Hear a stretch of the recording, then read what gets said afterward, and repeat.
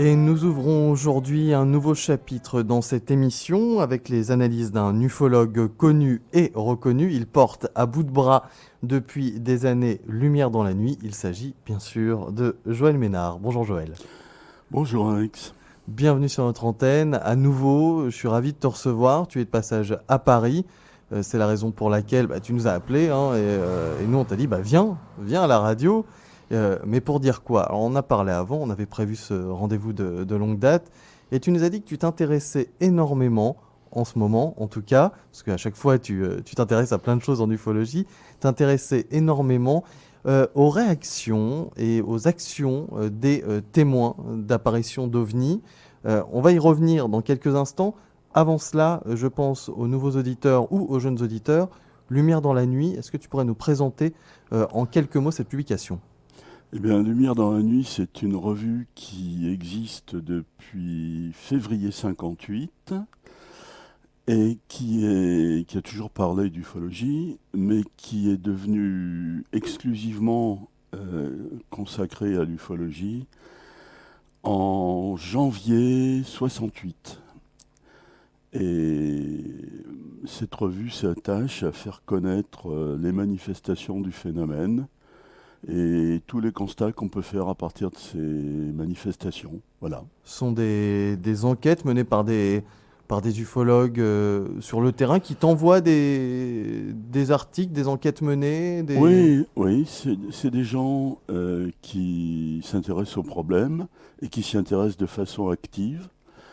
Euh, Il y en a moins que par le passé, parce que l'ufologie a été puissamment dévastée, je crois, au cours des 30 dernières années, mais il reste une poignée de personnes sincèrement intéressées par le problème et qui essaient de défricher la chose et de faire connaître ce qu'ils ont pu trouver. Mais c'est intéressant quand tu parles d'OVNI, tu parles de problème à chaque fois. Est-ce que c'est pas plutôt une question OVNI? Pour toi, c'est un problème, pour quelle raison? Oui, c'est un problème, plus c'est une question d'abord, c'est un problème ensuite. C'est une question, bon, tout le monde la connaît, hein. Des gens voient des ovnis, ça pose une question. Bon, ensuite, quand on essaie d'approfondir la chose, on se heurte à des tas de difficultés. Le fait que la question est mal perçue par beaucoup de gens qui trouvent ça rigolo, qui se marrent, qui y croient pas, qui y croiront jamais. Également le fait que on peut dire, on ne peut que dire que l'étude du sujet a fait l'objet de mauvais traitements, pour pas dire de sabotage assidu et industriel depuis une grosse trentaine d'années. Donc ça, c'est un problème. Et puis, l'étude des ovnis engendre un tas de malentendus. D'ailleurs, j'aimerais bien qu'on en parle un petit peu ce soir de ça, un petit peu et même beaucoup. Il y a des malentendus terribles qui planent, et je crois qu'aujourd'hui, on peut dissiper une partie de ces malentendus. Quel malentendu. De quoi parles-tu quand tu parles de Alors, malentendu? fondamentalement, il y a des gens qui croient aux ovnis et des gens qui ne croient pas aux ovnis, hein. Ça, c'est la manière la plus basique de concevoir, non pas le phénomène, mais la situation créée par le phénomène. Il y a une forte majorité de gens que ça fait rigoler ou que ça énerve. Et puis il y a une minorité de gens qui disent ah mais non pas du tout, il y a vraiment un problème qui se pose et il faut le regarder. Ça c'est la situation de base, telle qu'on a pu la connaître depuis quelques dizaines d'années. Et puis ça a évolué. Le bilan global de la situation, il n'est plus le même aujourd'hui qu'il y a 40 ans. Alors un petit exemple, il y a une quarantaine d'années, quand quelqu'un disait j'ai vu un ovni tel jour à tel endroit, mais avant j'en avais déjà vu plusieurs fois, et au total ça fait maintenant, alors peu importe le nombre, 4, 5, 6, 12 fois que je vois des ovnis. Moi je me souviens quand je suis tombé dans l'ufologie il y a très longtemps, les gens qui nous disaient ça, on les regardait nous-mêmes avec un sourire. On se disait que on avait compris que le problème existait, mais que monsieur machin, qui prétendait en avoir vu 8 fois, alors lui, il poussait un peu et on ne le croyait pas. Parce que on supposait implicitement, on le disait même pas, ça allait de soi, que les apparitions d'OVNI étaient distribuées au hasard, comme la neige, les arcs-en-ciel et n'importe quel phénomène naturel. Euh, il y avait de toute évidence, et il y a encore une grande majorité de gens qui se sont jamais heurtés au phénomène. Et puis il y en avait d'autres qui disaient l'avoir vu un grand nombre de fois. C'était pas crédible, hein. À l'époque c'était il y a 40 ans, un témoin d'observation multiple, c'était quelqu'un qu'on ne pouvait pas prendre au sérieux. Et la situation a complètement changé maintenant, hein. Pas pour tout le monde, hein, parce qu'il reste pas mal de gens pour qui la situation est inchangée. Mais si on veut bien regarder les données de base, c'est-à-dire les témoignages, et ce que disent les témoignages, eh bien on s'aperçoit que les témoins d'observation multiples sont aussi crédibles que les autres. Ce qu'ils disent est plus étrange, mais c'est pas vraiment moins solide. Autrement dit, on a l'impression qu'il y a des gens qui sont, pour ainsi dire, abonnés. Bon, le mot est un peu trop précis, mais il y a des gens qui entretiennent une espèce de relation intime avec le phénomène OVNI, qui fait qu'ils le rencontrent à diverses reprises.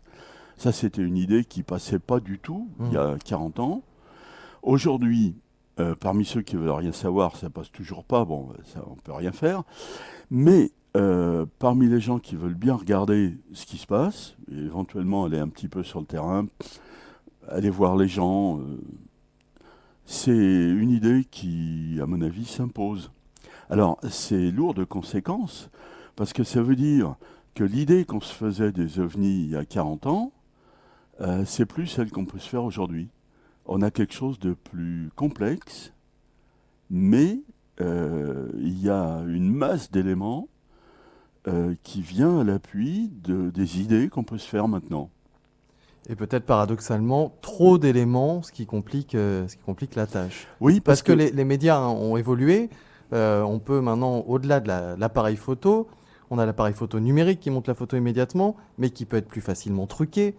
On a Internet, on a les chaînes de télévision de plus en plus nombreuses, donc qui font des émissions pour intéresser au sujet. Bref, il y a de plus en plus d'éléments, de plus en plus de questionnements. Donc paradoxalement, on a plus d'informations maintenant, j'ai envie de dire, ou en tout cas on peut plus facilement accéder à l'information, mais ça complique la tâche. Ah oui, la situation, au fur et à mesure qu'elle se clarifie, elle se complexifie. J'ai l'impression qu'on voit mieux à quoi on a affaire, mais par contre c'est infiniment plus compliqué et plus tordu aussi que ce qu'on imaginait il y a 40 ans. J'ai remarqué que tu t'intéressais beaucoup aux témoins, même peut-être plus aux témoins qu'à ce qu'ils voient. Je me rappelle d'émissions qu'on a réalisées ensemble sur les témoins privilégiés, justement, dont tu viens de nous parler. Ceux qui ont plusieurs rencontres, en tout cas plusieurs observations. Toi, c'est toujours le témoin qui t'a intéressé. Oh, Tu essayes de comprendre le phénomène OVNI à travers ce qu'a ressenti le témoin. ben, je crois qu'on est obligé de prendre les choses de cette manière-là, parce que le matériau qui se présente, c'est les témoignages. C'est pas vraiment les ovnis, à moins de circonstances très exceptionnelles. La matière première, c'est des témoignages. Alors, dans un témoignage, il y a le témoin, hein. Si on veut avoir une idée à peu près claire de ce qui a l'air de se passer, on est bien obligé de s'intéresser aux témoins. Et il se trouve qu'il y a un nombre de plus en plus grand de témoignages dans lesquels les témoins adoptent des comportements incompréhensibles, soit pendant l'observation, soit pendant la période qui suit.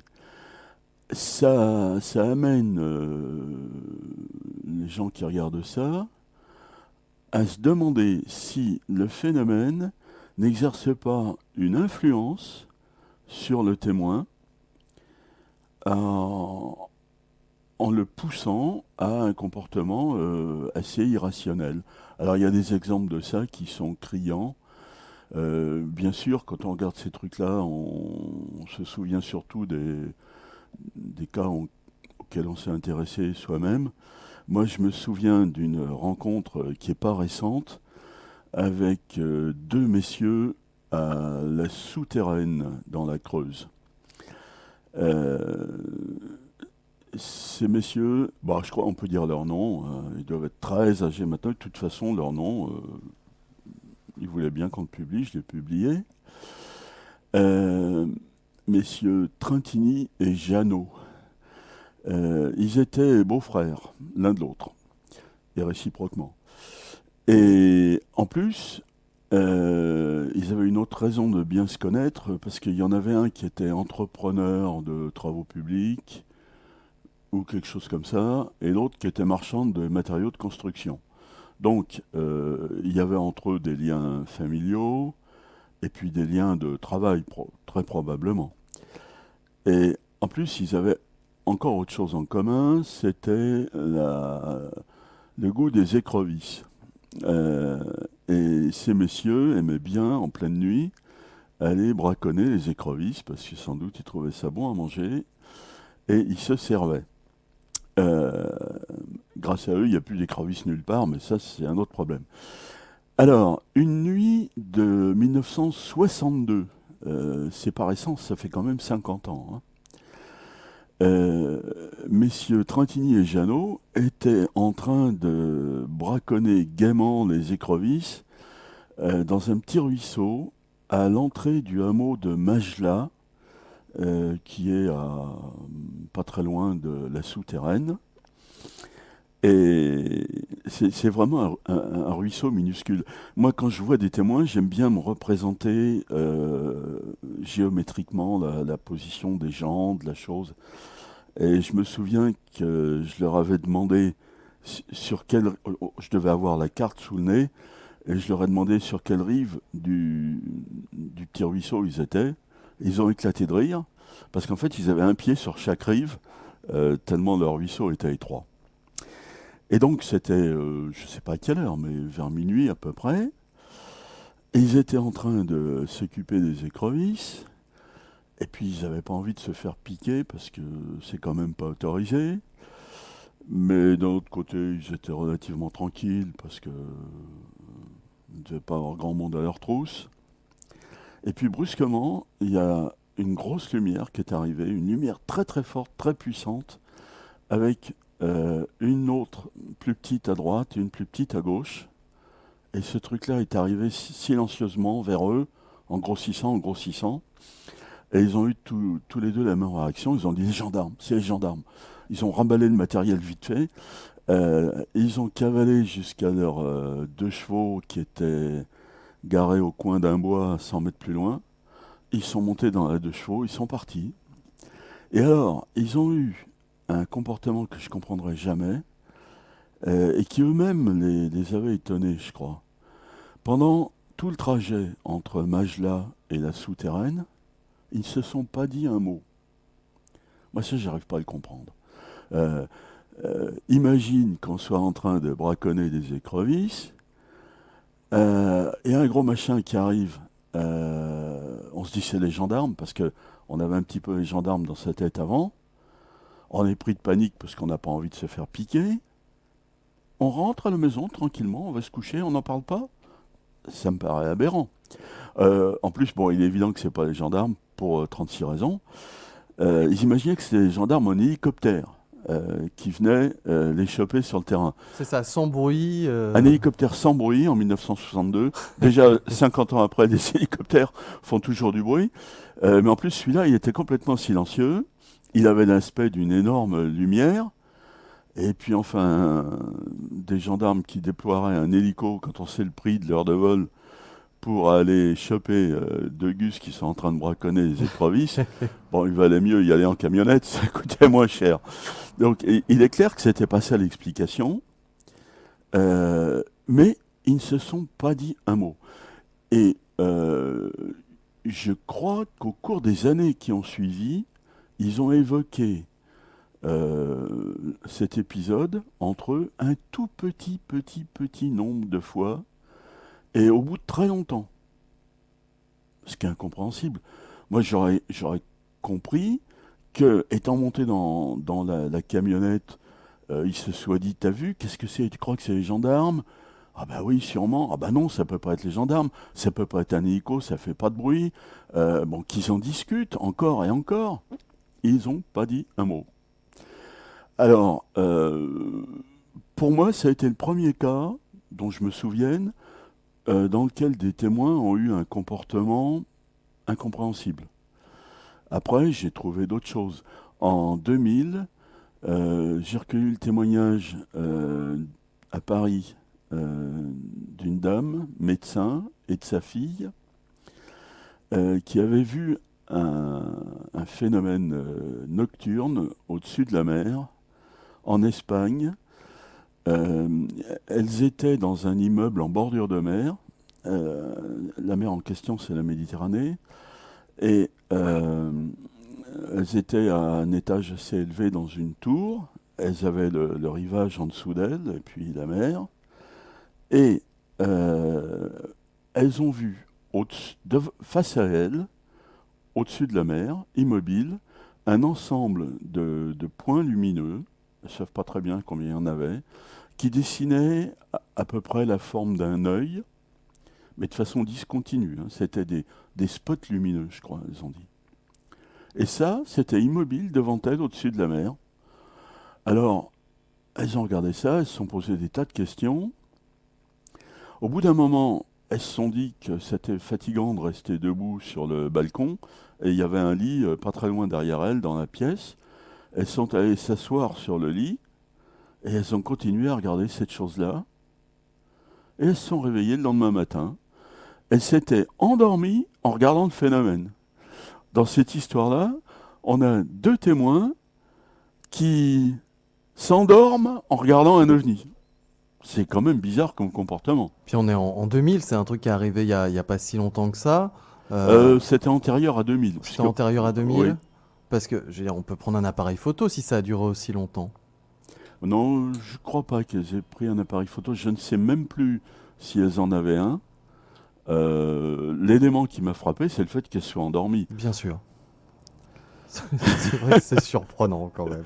Et il y a des tas d'autres exemples, mais vraiment des tas d'autres exemples de personnes qui adoptent sur le moment ou après des comportements complètement aberrants. Moi, j'ai un ami, c'est Jean-Claude Dufour, qui, il y a très longtemps, je ne sais plus combien d'années, 20 ans peut-être, 30 ans, un jour promenait ses parents en voiture dans l'arrière-pays niçois. Et puis,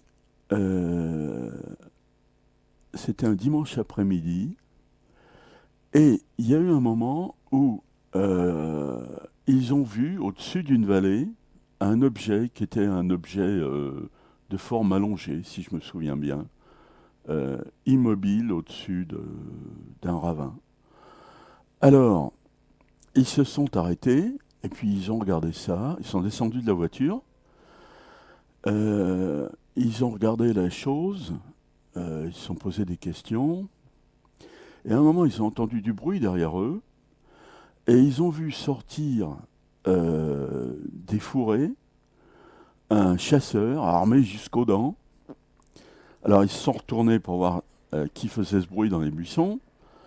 Ils ont vu ce chasseur, alors, leurs regards ont dû se croiser, et ils ont demandé au chasseur si la chasse était bonne, alors qu'ils s'en foutaient éperdument, et qu'il aurait été logique qu'ils profitent de la présence de ce chasseur pour avoir un quatrième témoin qui constate la présence du truc.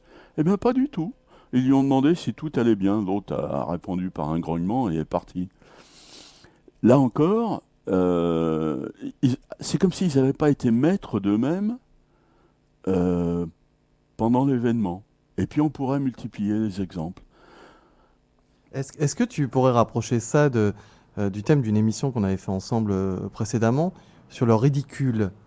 Ah oui, facilement, Parce que on est pareil, on est dans l'incompréhensible en fait. complètement. Complètement. Euh, je crois qu'au début, quand on avait des idées relativement simples, relativement très simples même, d'il y a 40 ans, les ovnis, j'y crois pas. Euh, le- les idées qu'on avait à cette époque-là, elles sont balayées aujourd'hui. La manière dont on conçoit le phénomène, c'est plus du tout la même. Euh, il est devenu progressivement de plus en plus évident au fil des années que dans les observations d'OVNI, quand il s'agit d'observations fortes, c'est-à-dire des observations dans lesquelles euh, le témoin et la chose qu'il décrit, c'est décrit avec précision, avec des détails, avec un minimum de données, hein. J'exclus pour le moment, les cas d'observation fugitive à longue distance et pauvre en détail. Bon, c'est pas à ça que je pense. Je pense aux observations dans lesquelles les gens voient bien ce qu'ils voient. Dans ce qu'ils racontent, il y a, je vais risquer un mot très fort, mais allons-y, il y a toujours, au moins un élément qui rend l'histoire impossible à avaler. Alors, les gens qui veulent pas croire aux ovnis, qui n'arrêtent pas de tourner ça en ridicule, euh, ils pourraient peut-être quand même se poser une question. Si les témoins sont des gens qui affabulent ou qui montent des bobards pour une raison ou pour une autre, ou qui ont des visions. Pourquoi est-ce qu'il y a un détail ridicule dans leur... Pourquoi est-ce que 10 000 fois sur 10 000, ils mettent dans leur récit au moins un, parfois plusieurs, au moins un élément complètement idiot? qui décrédibilise le tout? Oui. Ouais. Alors, C'est vrai que c'est la question qu'on peut se poser, hein. Si on veut monter un coup, pourquoi est-ce qu'on fait en sorte qu'il soit ridicule à la fin? absolument. Ça tient pas debout. Et puis, c'est vraiment dans la totalité des cas. Il y a un exemple de ça qui est fabuleux. J'espère que je ne l'ai pas déjà raconté ici et maintenant. C'est pas grave. Ça s'est passé en 54 en Bretagne. Il y avait, ça s'est passé dans une localité qui est très proche de Lorient. Et il y avait des gens qui étaient chez eux le soir, la nuit tombait. Et à cette époque-là, on allait acheter un tas de choses dans une petite épicerie avec des bouteilles qui étaient consignées. Et le monsieur en question, monsieur C, a eu l'excellente idée d'aller acheter une bouteille de vin rouge à l'épicerie un peu plus loin. Donc, il a pris la bouteille qui était vide et qui était consignée pour la reporter à l'épicerie. Et en même temps que lui allait à l'épicerie pour acheter ça et peut-être autre chose, j'en sais rien, sa femme a dit: ah ben moi je vais fermer les volets.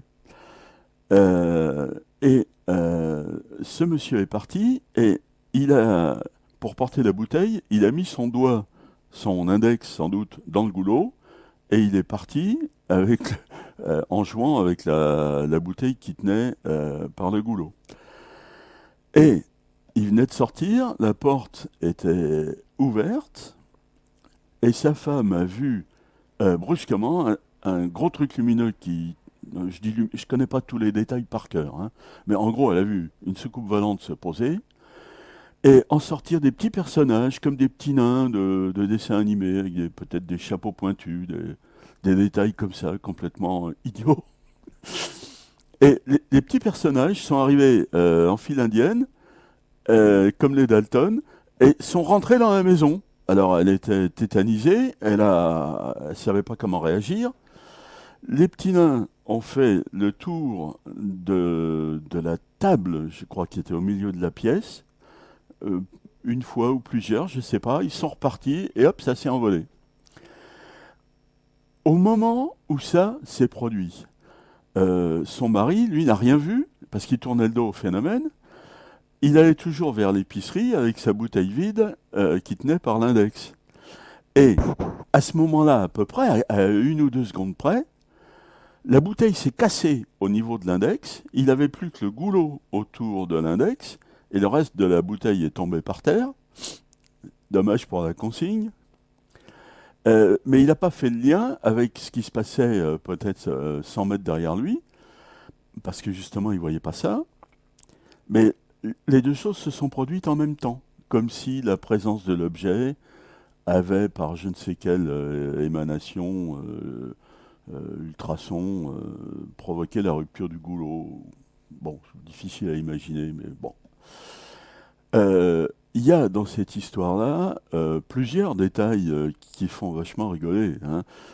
C'est d'abord le gars qui se balade avec sa bouteille vide tenue par le goulot. Il y a ensuite, et surtout, les petits nains qui viennent faire la ronde autour de la table et qui repartent. Bon, c'est remarquablement irracontable comme histoire, hein. C'est ça la question. Ça veut dire que sa femme a quand même témoigné.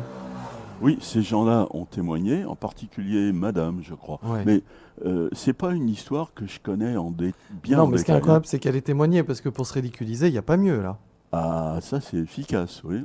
Oui, tu devrais essayer, tu verras, je suis sûr que ça marchera, hein. Une histoire comme ça, c'est pas racontable. Enfin, c'est racontable, mais bon, tout le monde va rigoler. Et puis, pourtant, l'histoire est pas si marrante que ça, parce que cette dame était enceinte et elle a perdu son bébé dans les jours qui suivaient. Évidemment, on ne saura jamais si c'est un effet de l'émotion qu'elle a ressentie ou un effet de je ne sais quelle émanation du phénomène. Euh, mais voilà un exemple de témoignage complètement euh, loufoque. C'est pas le mot que je cherche. Burlesque, hein. C'est burlesque, c'est ridicule, ça tient pas la route. Euh, et cette caractéristique-là, on la retrouve à des degrés moindres, sans doute, dans à peu près tous les témoignages qui sont précis. Alors, c'est vrai que l'attitude des témoins, c'est quelque chose qui toujours nous étonne. Depuis le temps que moi j'observe, que je me pose la question ovni, je parle pas de croyance, moi. Toi, tu parles de croyance, moi je mets ça un petit peu... Ah non, non, moi je ne parle pas de croyance parce que la notion de croyance là-dedans, elle n'a D'accord. rien à faire. Mais par contre, les gens emploient le mot, hein. Oui, c'est Euh, vrai. Quand la question des ovnis est évoquée, c'est bien à peu près tout le temps, j'y crois ou j'y crois pas, C'est hein. vrai, tout à fait. Mais alors, c'est vrai que quand on s'intéresse à cette question, moi depuis un peu plus de 10 ans, toi depuis beaucoup plus longtemps, Hélas. hélas, je ne sais pas, on se pose toujours cette question sur la réactivité des témoins. C'est-à-dire que par exemple, ils voient quelque chose, ils attendent la fin ou le moment où l'objet part pour prendre une photo. Sinon, ils n'en parlent pas entre eux. Tu sais, c'est un peu comme des séries télé où tu vois deux personnes différentes qui vivent des choses qui les rapprochent et qui n'en parlent jamais. Jamais ils s'en diront un mot l'un à l'autre. Et on a toujours cette impression-là. On se dit, mais sors ton appareil photo. On le voit pendre en bandoulière, on voit le téléphone portable, on voit l'appareil photo. On dit, sors ton appareil photo, sors ta caméra. Ne prends pas l'événement uniquement quand l'objet part.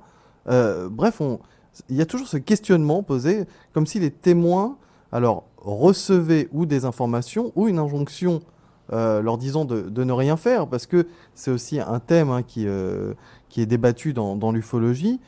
C'est le, comment dire, peut-être un message envoyé sous forme de télépathie ou autre au cerveau de la personne qui observe. Moi, j'ai vraiment tendance à croire qu'il y a quelque chose comme ça. Il y a même ça, disons. Seulement, c'est difficile à faire admettre euh, à ceux qui rejettent le phénomène et se cachent derrière la vieille attitude qui remonte aux années 50. Tout ça, c'est des bêtises, j'y crois pas. Il y a, il y a cette réaction de rejet qui n'est pas discutable. Hein. Non, les soucoupes volantes, c'est non, fini, on n'en parle plus. Hein. Moi, j'avais un copain je dis j'avais parce que hélas, il est mort. Euh, C'était un copain qui, comme moi, était fanat d'avion. Et de temps en temps, je lui parlais un petit peu d'OVNI. Alors, il était complètement agacé. Il me faisait fermer mon bec rapidement parce que, bon, il supportait pas ces bêtises. Alors, bon, de temps en temps, quand même, je lançais un petit truc, une petite pique pour voir s'il avait évolué. Pas du tout, pas du tout. Et un jour, cet ami, Jacques Lebourg, me dit: Ah, mais tes trucs, c'est des bêtises. Enfin, il n'a pas dit des bêtises, il a employé un autre mot. Et me dit: Ah, ben non, arrête, c'est des bêtises. Et d'abord, si ça existait, tes trucs, les pilotes, ils en verraient. Bon, alors là, quelle phrase il n'avait pas dite là, hein? Parce que des observations par des pilotes d'avion, on en connaît maintenant une liste colossale. Le dossier, il doit être épais comme ça. Et Jacques n'était pas du tout au courant de ça. Il ne le savait pas. Et il n'était pas en mesure d'en prendre connaissance. Parce que la doc était accessible. Ça, c'était il y a une quinzaine d'années. Elle était moins musclée qu'aujourd'hui, la doc, mais elle était accessible quand même. Même s'il y avait que la moitié des cas qu'on connaît en 2012, il y avait quand même déjà pléthore d'observations par des pilotes d'avion. Mais il n'allait pas, bien qu'il s'intéresse fortement aux avions, il n'allait pas aller chercher ça, aller lire ça. Non, non, c'était non parce que c'était non. Mais il y a quand même quelque chose d'intéressant, c'est la différence d'observation entre justement, tu parles des pilotes d'avion qui voient des choses qu'ils arrivent à rationaliser, pas forcément à expliquer, mais à rationaliser. Une lumière qui fait le tour de l'avion, qui passe devant, qui va à droite, qui revient, qui va à gauche, ou qui suit l'avion et qui part d'un seul coup, etc. Donc là, on est dans quelque chose d'assez rationnel, et enfin rationnel en tout cas, voilà, qu'on peut décrire, et des témoignages comme ceux que tu viens de donner de cette dame qui a dû avoir bien du courage pour donner son témoignage, et d'autres témoignages tout aussi étonnants, fantastiques ou ridicules selon les témoignages. Il y a une vraie différence entre les Ah deux. oui, oui, oui. Euh, mais dans les cas bien documentés, bien détaillés, tout au moins dans une forte proportion d'entre eux. Parce qu'il faut quand même mettre de côté le cas des observations multiples à grande distance, où là on a beaucoup de détails, les descriptions sont moins précises, mais les directions d'observation, elles, le sont, et on peut en tirer des conclusions sur ce qui a été vu. Mais dans beaucoup d'observations, celles qui intéressent les gens, hein, celles qui intéressent tout le monde, une observation par un monsieur qui voit un petit machin dans le lointain, bon, ça va Ça pas, fatigue tout le monde. Les points blancs dans le ciel, ça fatigue tout le ça monde. fatigue tout le monde. Par contre, des petits nains qui rentrent dans la cuisine, ça met de l'ambiance. Bah, ça peut fatiguer aussi, parce Oui, que pour mais le coup, pas pour la c'est... même raison. Mais ça, ces éléments ridicules, ou bien ces comportements incompréhensibles chez les témoins, ça me paraît être quelque chose de sûr. Euh, Si on regarde en toute candeur euh, les observations connues, ça ressort très fortement de l'ensemble. Mais il y a autre chose. Il y a des tas de caractéristiques dans les observations qui rendent le problème plus compliqué.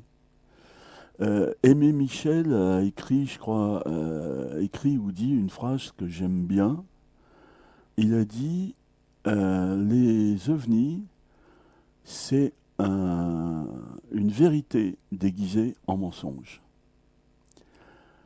Drôle de phrase qui résume drôlement bien la situation, je crois, hein, et qui n'est pas récente, hein, parce que ça date de l'époque où il s'intéressait activement au phénomène, ce qui n'était plus le cas à la fin de sa vie. Il avait compris cette situation qui résumait de façon formidable une vérité déguisée en mensonge. Ça, c'est une phrase que je trouve limpide.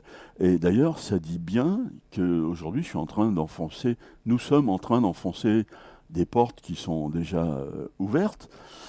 Mais il vaut mieux enfoncer des portes ouvertes que des portes fermées, ça fait moins mal. Et puis, de toute façon,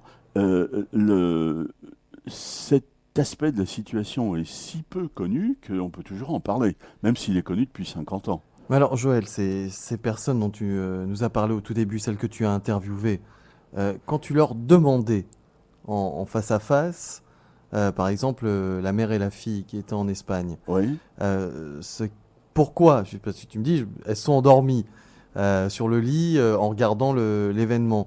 Est-ce que tu leur as demandé ce qu'elles ont ressenti pour essayer de comprendre?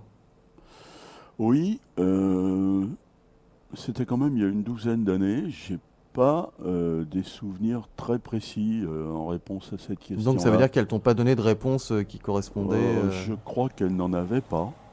Elle se souvenait d'avoir vu la chose et puis d'avoir fatigué parce qu'elles étaient debout sur la terrasse. Elles se sont assises, elles ont continué à voir le truc et puis elles se sont endormies. Parce que c'est pareil, ce serait intéressant de braconnier là. Pourquoi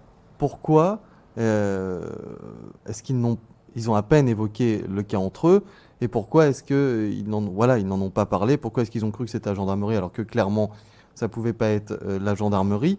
Et je ne sais pas, est-ce qu'ils ont une réponse à cette question? Euh, Quand je les ai rencontrés, et c'est pas récent du tout, je crois ils avaient compris eux-mêmes que leur attitude avait été bizarre. Bizarre, c'est-à-dire qu'ils ne la comprenaient pas. Donc, ne la comprenant pas, ils ne pouvaient pas me l'expliquer. Et puis, il y a une multitude de petits détails qui font que les observations d'OVNI sont certainement pas ce qu'on imaginait dans le temps, hein. Moi, quand je suis tombé dans l'ufologie, euh, un jour de malchance, il y a très longtemps, je me faisais de la chose une idée relativement simple, hein, celle C'était que, assez simple, c'était des objets qui venaient d'ailleurs, de voilà, l'univers, ils venaient t'as, sur Terre et t'as puis des voilà. petits extraterrestres qui arrivaient dans Voilà. leur soucoupe, qui se posaient, qui faisaient des trucs en douce, qui piquaient des pieds de lavande, qui se barraient avec, et qui s'arrangeaient pour pas se faire prendre. Bon, c'était troublant, mais c'était précis. Bon, maintenant, c'est beaucoup moins précis, c'est plus vague, c'est fou, et il y a de nombreux éléments qui mettent en évidence une espèce de camouflage, d'où la phrase d'Aimé Michel, une vérité déguisée en mensonge. Il faut bien comprendre ce que ça veut dire. Nous, on connaît bien les mensonges déguisés en vérité, ça on connaît sur le bout des doigts. Bon, là, c'est plutôt l'inverse. C'est quelque chose il voulait dire qu'il y a quelque chose qui se produit réellement, mais qu'il fait de manière telle que ça a l'air pas vrai. Et il y a des tas d'éléments comme ça qui prouvent ça. Il y a un fait que je voudrais raconter à ce sujet-là. Euh, il y a un an à peu près, un an ou deux, j'ai rencontré, grâce à Frédéric Perraudou, euh, un monsieur qui élève des bovins en Normandie et sa fille. Ce monsieur et sa fille ont vécu un événement que je crois très révélateur. Ça se passe dans le 95, mais en fait presque en Seine-Maritime. La Seine-Maritime commence 1 kilomètre plus loin. C'est-à-dire que là-bas, c'est un paysage déjà très normand. Des champs, des bosquets, des arbres, c'est très joli. Et ce monsieur élève donc des bovins. Il a une étable et puis il habite dans la maison qui est de l'autre côté de la cour. Une nuit, c'est relativement récent, hein, si je pouvais regarder les antisèches qui sont dans ma valise, je vous sortirais la lettre tout de suite. Une nuit, ce monsieur et sa fille, je ne sais plus lequel en premier, ont été réveillés par une lumière. Celui des deux qui a été réveillé le premier a réveillé l'autre, et ils se sont retrouvés tous les deux à une fenêtre, regardant un truc extrêmement étrange, très près d'eux, à une distance de l'ordre de 25 ou 30 mètres, au-dessus d'un arbre qui se trouve derrière l'étable. Il y avait un objet de grande taille qui avait là aussi un peu la forme d'un œil, mais avec des petits prolongements sur les côtés. C'était d'un beau bleu lumineux et il y avait des gros points lumineux sur le pourtour de cette forme, et lumineux et blanc, et il y avait aussi des rectangles verticaux, blancs, lumineux, sur la chose. Alors, ils ont regardé ça pendant un certain temps, en se demandant de quoi il s'agissait. Ça ne faisait aucun bruit. Et c'était immobile. Alors, et quand on est face à un phénomène comme ça, on cherche une explication. Même si on voit bien qu'elle ne va pas être évidente à trouver, on en cherche une quand même. Alors c'était un gros machin, immobile, donc ils ont pensé à une montgolfière. Mais il était, je ne sais plus quelle heure, mais c'était en pleine nuit. Et puis la montgolfière, elle n'avait pas de nacelle en dessous. Et puis en plus, il y avait des parties lumineuses, même la totalité de l'objet était lumineuse, avec les parties blanches sans doute plus lumineuses que les parties bleues. L'enveloppe d'une montgolfière, je ne sais pas si c'est très lumineux, oui sans doute à cause de la flamme, mais j'ai rarement vu des montgolfières de nuit, hein, et pour cause. Bon, et puis une montgolfière, ça a une nacelle en dessous. Donc ils ont regardé ce truc-là, dont la description ne correspond pas à une montgolfière. Et puis c'était aussi à une heure où normalement on ne voit pas de montgolfière. J'ai parlé de cette question avec monsieur Drouot, qui a lui-même une montgolfière. Je lui ai posé la question. Il m'a dit que quand on fait de la montgolfière, il y a une qualification qui s'appelle la qualification vol de nuit.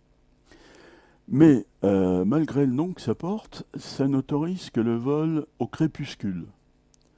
Mais absolument pas à 2 heures du matin. Et en plus, il m'a dit, ce serait très dangereux, surtout à basse altitude, à cause principalement des lignes électriques.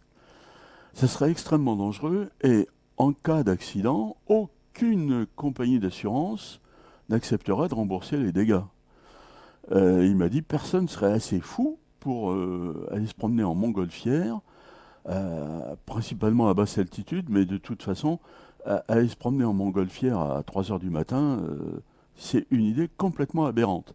Et la description de la chose, je rappelle, correspondait pas tout à fait à celle d'une montgolfière, avec notamment cette absence de nacelle en dessous. Donc, ce monsieur et sa fille ont regardé ça un bon moment, peut-être pas loin d'un quart d'heure. Et puis, alors qu'ils avaient cette idée de montgolfière en tête, ils ont entendu tout à coup un bruit qui faisait ça ressemblait beaucoup au bruit du brûleur à gaz d'une montgolfière. Alors bon, il faut peut-être dire deux mots de ça pour les gens qui ne voient pas souvent des montgolfières. Quand vous voulez reprendre de l'altitude en montgolfière, la seule chose à faire, enfin il y a deux choses à faire, c'est ou bien balancer les objets par-dessus bord, ce qui va alléger la montgolfière, et vous perdez les objets en question, ou bien chauffer le gaz qui est dans l'enveloppe pour que l'air contenu dans l'enveloppe se dilate et que la montgolfière remonte. Donc ces gens qui ont vu quelque chose qui, de toute évidence, n'était pas une montgolfière, ont entendu un bruit qui ressemble de façon frappante au bruit du brûleur à gaz qu'on allume pour réchauffer l'air et pour remonter la montgolfière. Alors ils ont entendu ce bruit, et puis la montgolfière s'est mise à monter, doucement, la montgolfière, voilà, j'ai dit la montgolfière. La chose est montée doucement, on entendait toujours ce bruit de brûleur à gaz, puis c'est monté, c'est monté, c'est monté, et puis ça a disparu. Alors là, vous avez un objet qui était probablement pas une montgolfière, mais qui a émis un bruit de montgolfière. Je ne sais pas si tu vois le rapprochement avec la phrase d'Aimé Michel, une vérité déguisée en mensonge. C'était une vérité parce que le témoignage de ces gens-là est parfaitement clair, limpide. C'est pas des gens qui racontent des blagues. C'est pas des gens qui s'intéressent aux ovnis d'ailleurs, particulièrement. C'est un témoignage parfaitement recevable, mais qui contient sa propre négation. C'est intéressant parce que là, il y a deux options qui se posent à nous si on doit réfléchir à ça, en prenant pour base que ce n'était pas une montgolfière. C'est que ou une information a été transmise à ces personnes pour qu'elles croient que c'était une montgolfière, ou ces personnes ont pensé à une montgolfière et ce qu'elles ont pensé a été reçu par ce qui était en face. Je ne sais pas du tout ce qu'il en est, mais il y a quelque chose de pas clair dans tout ça. Et la réalité du phénomène est niée par le phénomène lui-même. Notre invité est aujourd'hui Joël Ménard, et directeur de publication bien sûr de Lumière dans la nuit. Et nous parlons aujourd'hui de ces comportements si étranges des témoins d'observations mystérieuses. Pourquoi est-ce qu'ils réagissent de telle ou telle façon? Alors, on ne va pas vous apporter la réponse aujourd'hui, ce serait un petit peu trop ambitieux. Par contre, on va continuer, Joël va continuer à vous donner ces cas qui l'étonnent de plus en plus. Joël. Oui, alors il y a d'autres exemples que j'ai envie de citer, et il y en a beaucoup, il y en a trop. Mais surtout, je voudrais faire remarquer que quand on constate cet aspect de la question, ça modifie l'idée qu'on se fait du phénomène lui-même et de la situation créée par le phénomène. Parce que les gens qui ne croient pas aux ovnis, s'ils savaient ce qu'on est en train de raconter, ils y croiraient encore moins. Autrement dit, cette action du phénomène sur les témoins, ou ces comportements qu'il adopte, ça crée une division chez les gens. Le fossé entre ceux qui y croient et ceux qui y croient pas, il n'arrête pas de se creuser. C'est quelque chose contre quoi il faut peut-être lutter, parce que de toute évidence, c'est pas très bien que les gens aient des visions aussi irréconciliables de quelque chose qui, après tout, est peut-être important. Alors, il y a quelques exemples récents que je voudrais vous exposer, qui montrent que non seulement les ovnis, c'est probablement quelque chose qui, au moins dans certains cas, peut-être pas toujours, mais dans beaucoup d'observations rapprochées, implante des souvenirs étranges dans la tête des témoins, ou bien les amène à adopter des comportements difficilement compréhensibles. Mais en plus, il y a tout un tas d'éléments dans ces affaires-là qui viennent tout compliquer Et ce qui fait que plus on a une idée précise du phénomène ovni et de la situation qu'il crée, moins cette idée est facile à communiquer. Les petits martiens dans leur soucoupe en 1954, bon, tout le monde comprenait. Maintenant, il y a encore un petit peu ça, mais il y a aussi d'autres aspects du phénomène qui sont pas faciles à faire prendre au sérieux. Alors, je voudrais vous citer quelques exemples récents. Je vais d'abord vous parler du petit Willy. Il y a 2 ans environ, un monsieur qui habite à 10 km de chez moi, même pas, moins que ça, m'a contacté parce que son fils, qui avait 7 ans à l'époque, avait vu quelque chose de très étrange. Et donc j'ai pris contact avec ces gens, j'ai vu le papa, la maman, le petit Willy et sa petite sœur. Et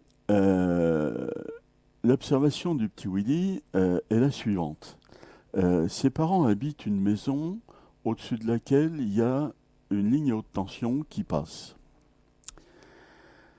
Et un soir, alors que Willy avait 7 ans, il en a aujourd'hui 9 et demi. Il sort par la porte-fenêtre qui donne accès au jardin et il voit un avion qui arrive. Alors je lui ai demandé quel type d'avion c'était, mais quand j'ai vu Willy la première fois, il avait 8 ans.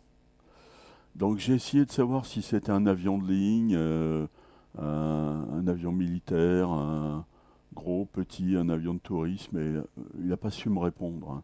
Mais ça me paraît tout à fait normal pour un enfant de 8 ans de ne pas être capable de préciser. Donc il a vu cet avion qui arrivait par sa gauche, qui se rapprochait de lui, mais pas directement. Et il a vu que derrière l'avion, il y avait quelque chose. Alors, il a regardé ça, ça lui a paru un peu curieux, parce que bon, il n'avait jamais vu un avion accompagné de quelque chose. Et puis, subitement, la chose qui accompagnait l'avion s'est mise à descendre verticalement.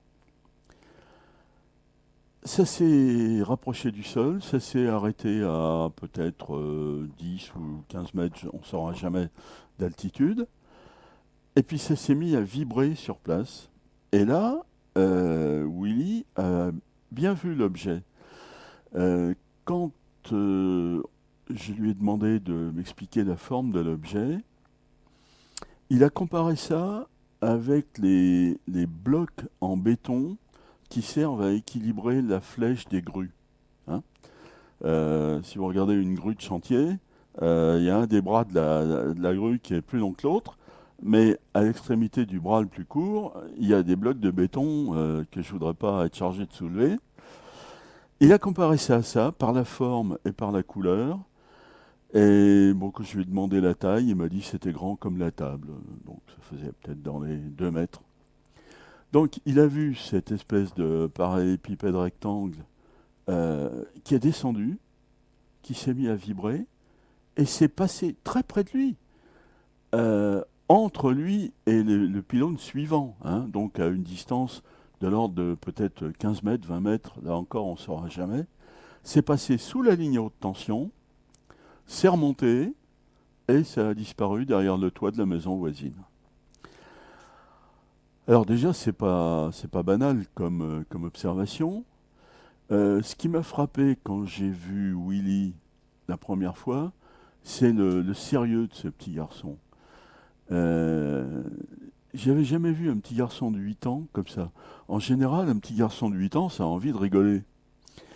Ça pense qu'à ça, ça a envie de s'amuser, ça a envie de jouer. Willy était sérieux, j'ai envie de dire comme un adulte. Il n'était pas triste du tout.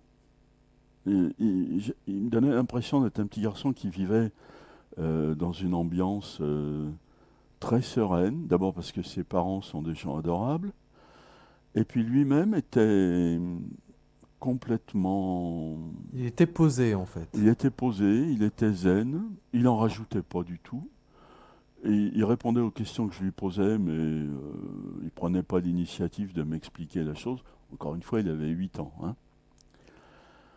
Ça l'avait apparemment pas ému outre mesure. Et puis, j'ai revu Willy il n'y a pas longtemps, ainsi que ses parents. Et la maman de Willy m'a raconté quelque chose que j'ai trouvé extraordinaire.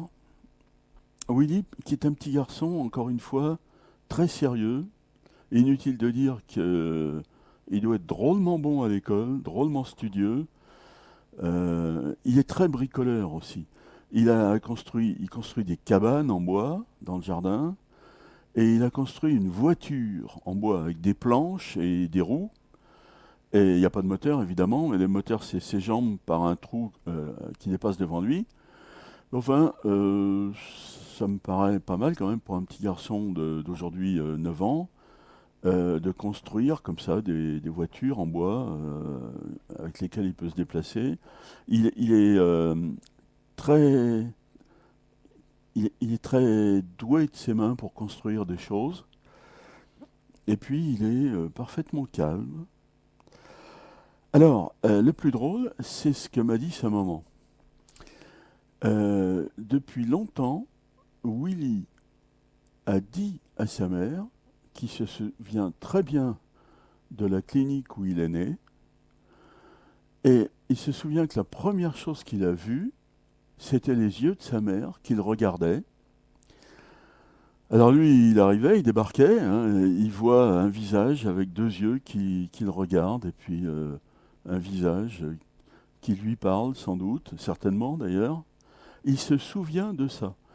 Willy a dit à de multiples reprises à sa maman qu'il se souvient des instants qui ont suivi sa naissance. Ça m'a paru extraordinaire. Ça l'est peut-être pas tant que ça, j'en sais rien. Mais j'avais jamais entendu parler d'un enfant qui se souvient des instants qui ont suivi sa naissance. Je trouve ça remarquable. Là, on a le phénomène qui se manifeste à quelqu'un qui a une particularité dans sa nature. Il y a d'autres exemples de ça. Les témoins d'OVNI, statistiquement, je ne crois pas que ce soit n'importe qui, comme on avait tendance à le penser il y a 40 ans. Encore une fois, il y a 40 ans, on se disait que les ovnis, c'était comme les arcs-en-ciel, tout le monde a le droit d'en voir, il suffit de regarder en l'air. Et ça n'a pas l'air d'être le cas. Euh, Il y a, il y a des caractéristiques qu'on retrouve qui sont surreprésentées parmi les témoins d'OVNI, les témoins déclarés, ceux qui n'ont pas gardé l'expérience pour eux-mêmes, euh, dont peut-être celle-là, mais aussi beaucoup d'autres caractéristiques. Et c'est quelque chose qu'il faudrait creuser. Donc, tu nous dis que les témoins sont choisis. Non, j'ai pas dit ça parce que c'est trop précis. Ça, ce serait. Ouais, en gros, c'est ça. Mais les termes sont peut-être trop précis. Oui, en fait, l'idée, c'est ça. T'as raison. J'ai l'impression que c'est pas n'importe qui. Alors, j'ai jamais fait d'études de psycho, hein, j'y connais rien. Mais il me semble que dans la vie, tout le monde constate qu'il y a des gens qui sont très carrés, c'est-à-dire rigoureux, méthodiques, précis, efficaces. Et puis il y a des gens qui sont plus cool, avec un moins grand attrait pour la précision. Alors eux, disons qu'ils sont ronds. D'ailleurs, je crois qu'on trouve le mot dans la littérature, hein. Je crois qu'il y a des gens qui parlent de rondeur chez un personnage pour dire que il est bonhomme, bon vivant, qu'il aime bien rigoler, qui Mhm. prend du recul par rapport aux choses. Alors, si vous voulez, faisons provisoirement la distinction entre les gens, appelons-les carrés, avec qui ça rigole pas. 1 et 1, ça fait 2, ça fait pas 2 et demi, hein. Bon, et puis ceux qui sont plus ronds, plus rêveurs, pas forcément rêveurs, mais enfin avec une tendance à la fantaisie, à la rigolade, des gens qui arrivent moins facilement à l'heure au rendez-vous, et puis qui cherchent toujours à arranger les choses, et puis qui prennent de la distance par rapport aux choses. Alors je crois que les gens qui ont un tempérament rond sont beaucoup plus représentés parmi les témoins connus que les gens que j'appelle carrés. Alors tu dis parmi les témoins connus, hein. C'est une discussion qu'on a déjà eue tous les deux, Joël. On l'a déjà eu? On a déjà eu cette discussion et en fait c'est peut-être tout simplement parce que ces gens plus terre à terre, en tout cas avec une vie euh, plus réglée, n'osent pas témoigner. Parce qu'on a tous eu l'exemple, je t'en avais cité un, de personnes qui sont vraiment carrés dans leur existence par rapport aussi à ce qu'ils pensent de ce que peut être le phénomène ovni et qui, après 2-3 barrages passés lors d'une discussion amicale, se retrouvent à dire Oui. oui, moi j'ai vu aussi quelque chose, mais qui n'en aurait jamais parlé auparavant. Donc on peut peut-être imaginer que les personnes qui ont peut-être un peu plus de fantaisie et qui ne sont pas rattachées à des dogmes, ces personnes-là témoignent plus facilement. Mais ce serait la seule différence, non? Apparemment, oui. Mais ça n'est qu'une tendance, hein. Moi, je la vois, cette tendance. Je la vois, je la sens. Elle est très nette. Mais ça n'est qu'une tendance. Parce que il y a aussi des gens qui sont impeccablement carrés et qui ont vu des ovnis et qui n'hésitent pas à le dire, hein. Euh, on en a cité un ou deux exemples tout à l'heure, hein. Il y a notamment des pilotes d'avion, et quels avions, qui sont donc des gens impeccablement rectilignes, métalliques, et qui arrivent à l'heure au rendez-vous, en étant préparés, et pour qui tout est clair. Et en fait, la vie est une espèce de voie de chemin de fer, euh, avec les rails bien droits, et qui voient malgré tout des ovnis. Alors on en connaît peu. Bon, il y a quelques exemples qu'on pourrait citer. Ils sont quand même représentés, ces gens-là, dans la masse des témoins. Mais ils sont minoritaires dans la masse des témoins. Par contre, des gens avec des tempéraments plus fantasques, on en trouve beaucoup, beaucoup, beaucoup quand on regarde les témoignages ovnis. Euh, il y a quelques jours, une dame m'a téléphoné. C'est une dame qui est âgée aujourd'hui de 88 ans et que j'avais déjà eue au téléphone. Et là, elle m'a raconté une histoire assez compliquée. Un jour où elle était dans une librairie ésotérique, hein, elle n'était pas en train de regarder n'importe quoi, mais elle regardait des bouquins ésotériques. Déjà, ça situe le personnage. C'était une dame, et une dame qui lit des bouquins ésotériques. Il y avait une personne qui était à côté d'elle, une autre dame, qui l'a regardée et qui lui a dit « Oh, mais moi j'ai un bouquin qui vous intéresserait sûrement. » Bon, donc le contact était fait entre elles, et la dame que j'ai eue au téléphone, qui se prénomme Muguette, et qui est âgée de 88 ans, ne conduit plus, parce qu'elle a 88 ans. Donc, l'autre dame, appelons-la la deuxième dame, parce qu'après, il y en a une troisième. La deuxième dame a proposé à Muguette de l'emmener récemment à voir une conférence à laquelle Muguette ne pouvait guère se rendre elle-même parce qu'elle conduit presque plus ou plus du tout. Bon, et la deuxième dame a raconté à Muguette une drôle d'histoire qui ne peut qu'intéresser un ufologue.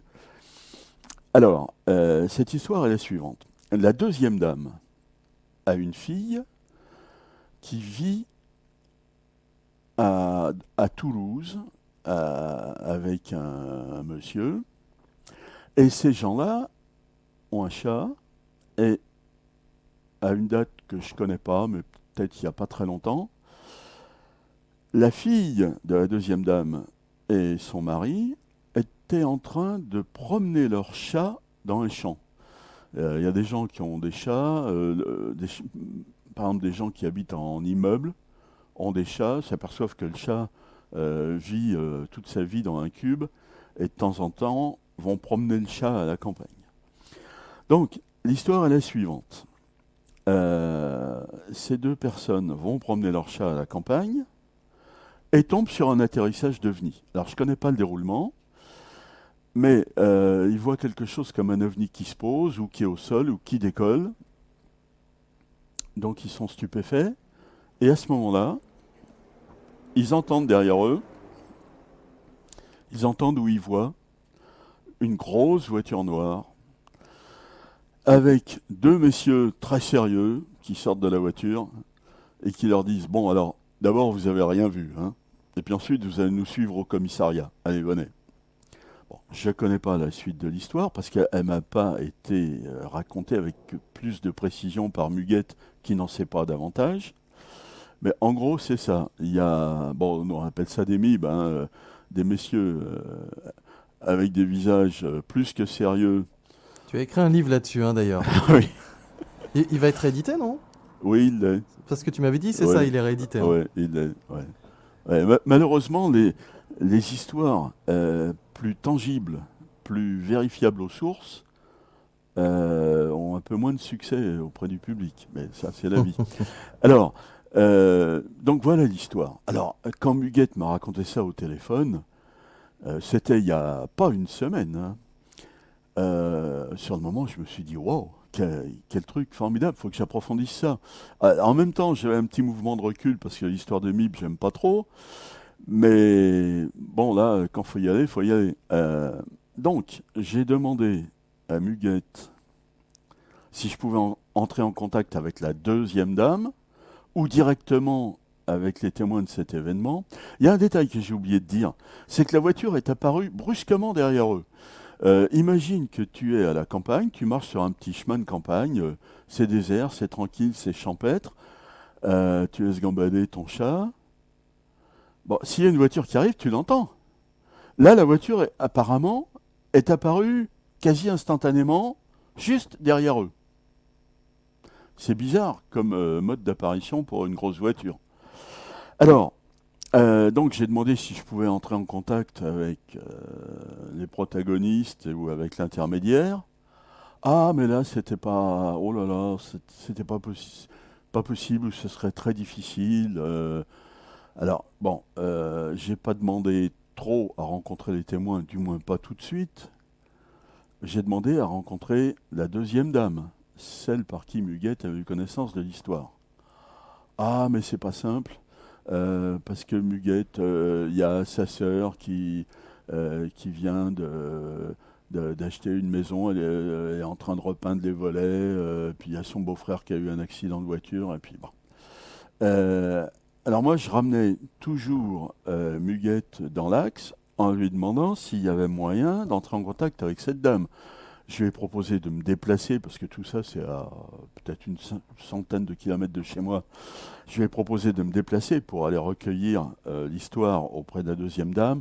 Ah oui, mais c'était pas possible, parce que, oui, peut-être, faut que je demande, je vais voir, mais je sais pas quand je vais la revoir. Bon, c'était pas gagné d'avance, et ça ne l'est toujours pas. Et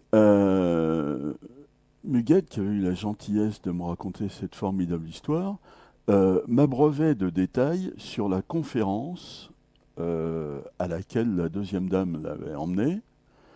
Une conférence pas particulièrement passionnante d'un point de vue ufologique, bien que la question ait été évoquée à la fin.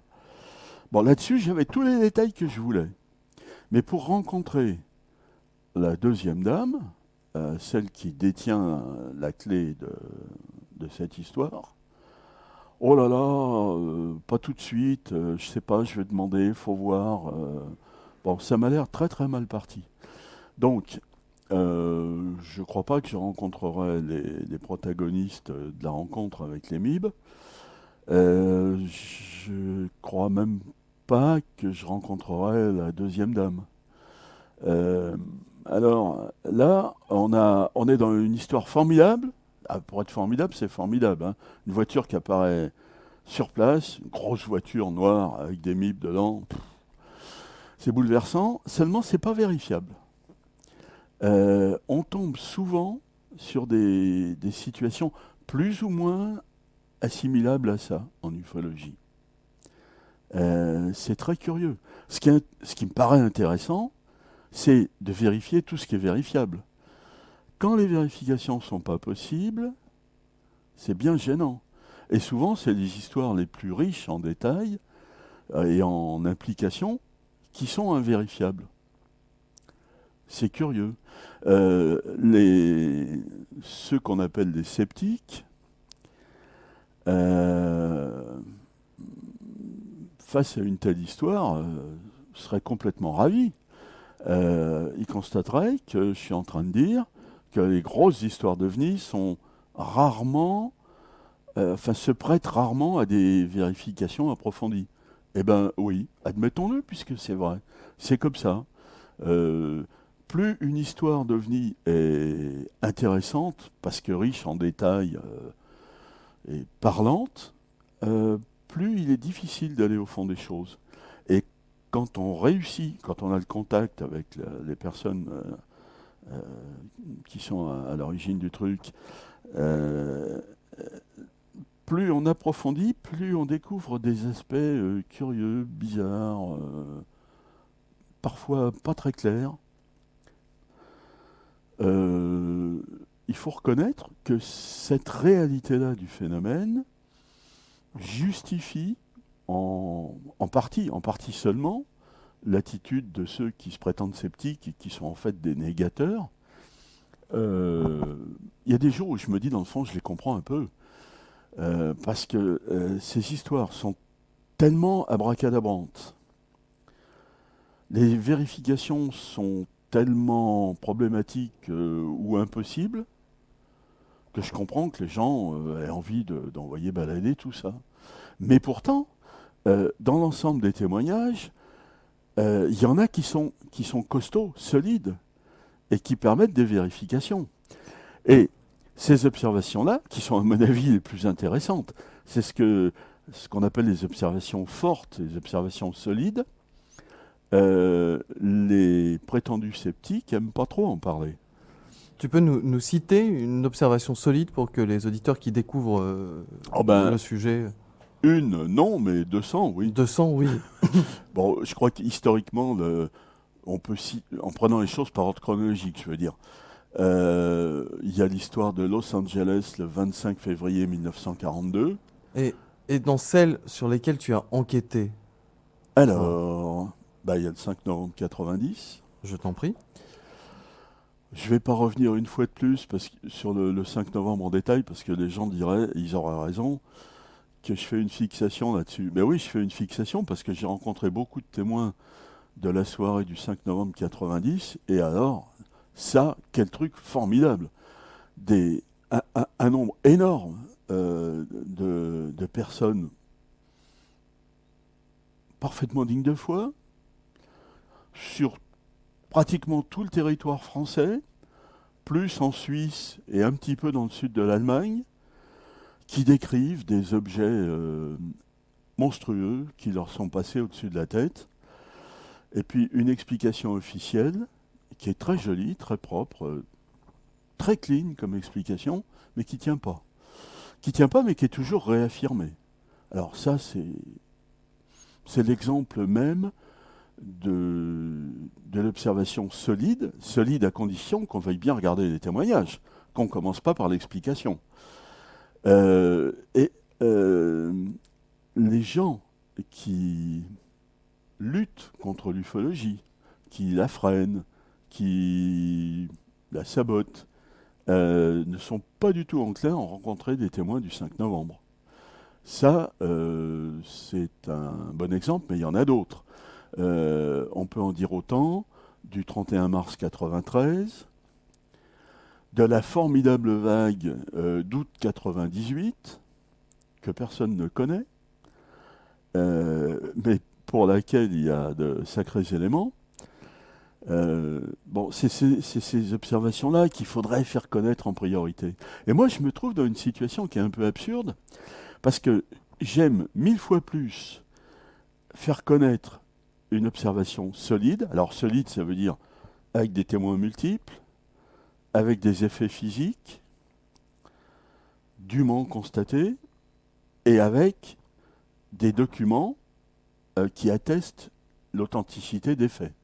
Il y a un autre cas qui est excellent de ce point de vue-là, c'est l'affaire de la banlieue sud de Bastia, une nuit il y a une quinzaine d'années, où il y a un embouteillage à la sortie sud de Bastia, parce qu'un bateau vient d'arriver, et beaucoup de gens sont venus chercher des passagers du bateau. Donc, il y a un embouteillage à la sortie sud, et dans cet embouteillage, les gens voient arriver un truc lumineux qui vient de l'est, qui passe devant eux. À ce moment-là, les voitures s'arrêtent. Enfin, celles qui roulaient encore s'arrêtent. L'objet disparaît derrière la montagne. Là, on a un grand nombre de témoins. On connaît les noms de certains d'entre eux. Pas assez à mon goût, mais on en connaît quand même quelques-uns. Outre les gens dans les voitures, il y a un monsieur qui arrosait son jardin, qui a été témoin de ça. Donc il y a effet physique massif, panne de voiture au pluriel. Il y a un rapport de gendarmerie et il y a un article dans la presse. Il y a tout ce qu'il faut. Mais qui connaît cette histoire-là? Personne. Tout le monde connaît Cergy-Pontoise, mais personne ne connaît Bastia. Alors, moi j'essaie de faire connaître des cas du genre de Bastia, ou du 5 novembre, ou de la vague d'août 98, c'est-à-dire des cas qui sont de nature à faire comprendre que le problème est réel. Mais je ne peux m'adresser qu'à des gens qui sont déjà convaincus de tout ça. Puisqu'ils lisent Lumière dans la nuit, c'est qu'ils s'intéressent aux ovnis. Et s'ils y intéressent, bon, ça veut dire qu'ils sont convaincus de pas mal de choses. Mais ce que je raconte aux abonnés de LDLN, c'est aux autres qu'il faudra le dire. Mais les autres, ils lisent pas LDLN et ils doivent pas écouter Ici et Maintenant non plus. Le problème, c'est les témoins aussi, et surtout ce qui, à chaque fois dans un témoignage, paraît étrange, ce qui reprend le thème de notre émission, c'est que pour s'intéresser à un sujet, il faut laisser son esprit passer sur 2-3 détails pour bien entendre l'histoire. Quand tout à l'heure, les cas que tu as cités, il y a toujours 2-3 détails à l'intérieur qui énervent un petit peu, qui chatouillent, où on se dit, bon, et il ne faut pas abandonner l'histoire à ce moment-là. On reprend la phrase que tu nous citais d'Aimé Michel, c'était Les ovnis, c'est une vérité déguisée en mensonge. Une vérité déguisée en mensonge. C'est pour ça que c'est un sujet très compliqué à traiter. Je te propose que tu nous donnes quelques exemples, d'autres exemples dans quelques instants, justement de témoins qui ont eu des comportements plus qu'étranges par rapport au phénomène OVNI. Et notre invité est aujourd'hui Joël Ménard, qui dirige Lumière dans la nuit, LDLN. D'ailleurs, une petite précision pour tous ceux qui souhaiteraient lire LDLN, s'y abonner, en savoir plus. Je vais vous donner une adresse. LDLN, boîte postale 3 86 800 Saint-Julien-Lars. Voilà pour la correspondance. Je n'ai pas de numéro de téléphone, tu en as un donné ou pas, Joël? Non, pas particulièrement. Pas particulièrement parce que si je réponds trop mon numéro de téléphone, je vais avoir du mal à travailler. Ça, je le sais par expérience. Il y a des gens qui aiment bien bavarder. Et moi, j'ai le nez dans le guidon en permanence, il faut que je bosse. Et si les occasions de bavardage se présentent, ça me plonge dans une situation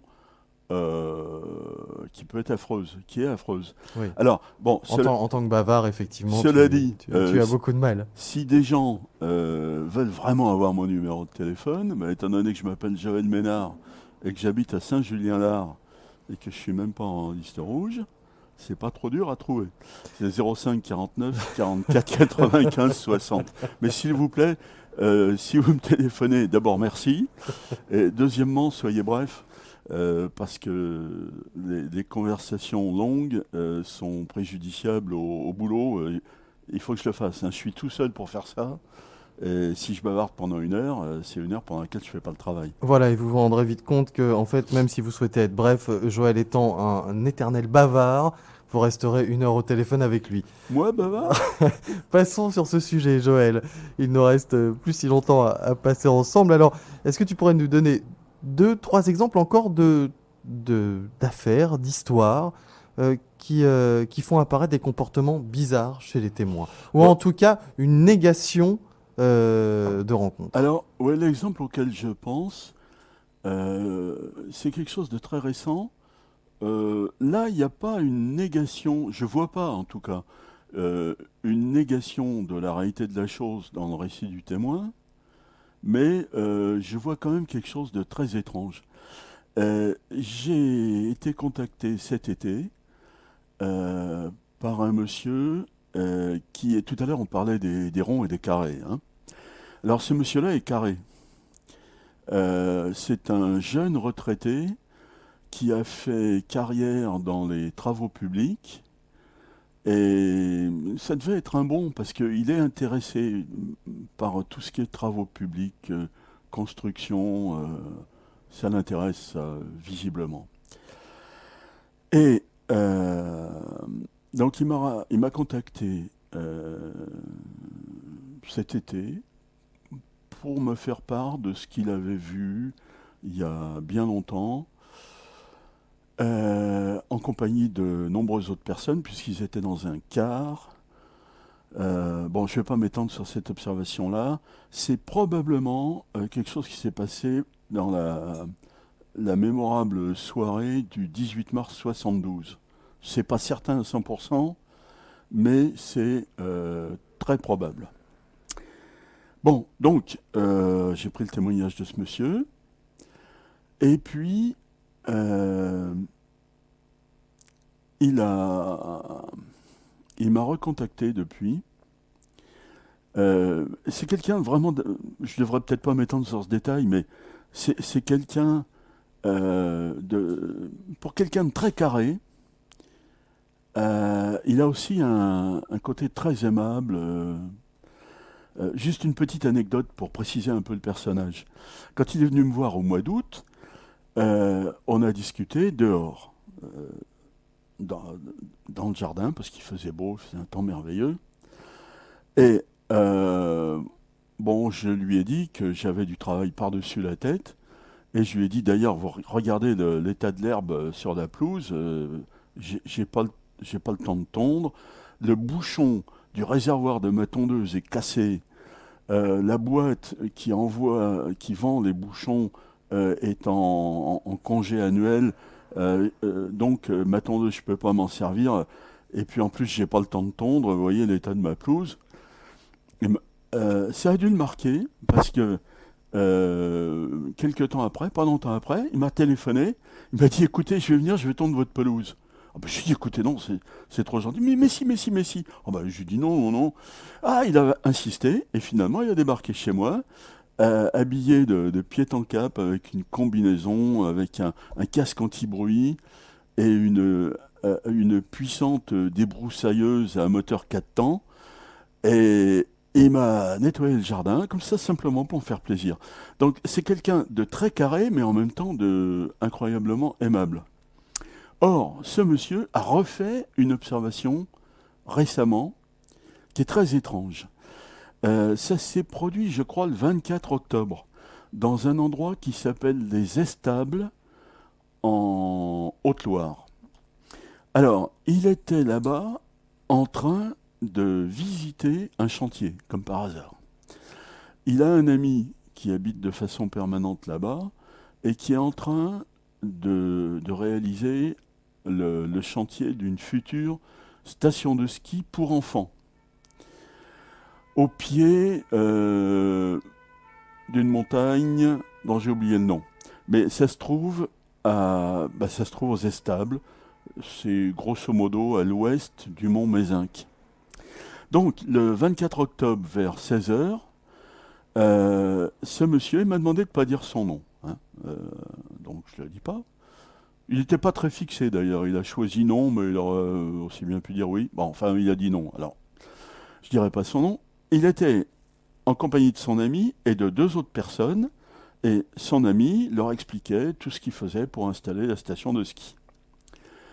Et puis, il y a eu un moment où, me dit-il, la conversation n'était pas assez technique pour lui. Son ami et les 2 autres personnes, au lieu de parler de l'aspect BTP du chantier, regardaient par terre et parlaient de la qualité de l'herbe. Et il m'a dit, moi, la qualité de l'herbe, c'est pas mon problème. Donc, il regardait dans une autre direction. Il était à quelques mètres des 3 autres. Et il regardait grosso modo vers le nord-est. Et il a vu un truc formidable. Il a vu un objet cylindrique, silencieux, parfaitement silencieux, comme presque toujours, qui a défilé devant lui sur une trajectoire nord-ouest-sud-est, grosso modo. Et alors, il compare ça à un cylindre, comme le fuselage d'un avion, avec des hublots. Et il a précisé des hublots plus hauts que larges. Et avec les coins des hublots arrondis. Et il ne voyait pas bien l'avant de ce cylindre, ni l'arrière. Il ne voyait pas d'aile, il ne voyait pas d'empennage. C'était pas comme un avion, c'était comme un fuselage d'avion, avec l'avant flou, l'arrière flou, et rien d'autre. Donc, ça a défilé devant lui en silence. Il était tellement frappé par la vision de ce truc qu'il n'a pas eu le temps de se retourner vers les autres en leur disant « Regardez ce truc-là ». Il a regardé ça intensément, et puis ça a disparu. Il avait son appareil photo sur lui, dans la poche de sa veste. Quand il a pensé à prendre l'appareil photo, l'objet venait de disparaître. Alors, ça présente certaines caractéristiques d'un fuselage d'avion. Hein. C'est cylindrique, c'est d'aspect gris métallique, et ça présente des hublots rectangulaires à coins arrondis. Donc, si ça ressemble tant à un fuselage d'avion, il est normal de penser à un avion. Seulement, un avion, ça a des ailes, ça a un empennage, ou alors il y a quelque chose qui ne va pas. Et puis, l'avant n'est pas flou et l'arrière non plus. Or, il insiste, c'est très précis dans sa description, sur les éléments que je viens de vous dire. Mais il y a quelque chose de plus étonnant encore. C'est qu'il m'a décrit les joints entre ces hublots et la surface du cylindre. C'était très proche alors, c'était vraiment très proche. C'était sans doute très très proche. Mais alors, petit détail que j'allais oublier, la partie transparente des hublots était en retrait par rapport à la paroi de l'objet. En retrait de, on ne sait pas combien, mais peut-être ça. Les hublots n'étaient pas dans la surface du cylindre, ce qui, au point de vue aérodynamique, est vraiment étrange. Et, plus étrange encore, il a vu les joints entre les hublots et la surface du cylindre. Et pourtant, c'était silencieux.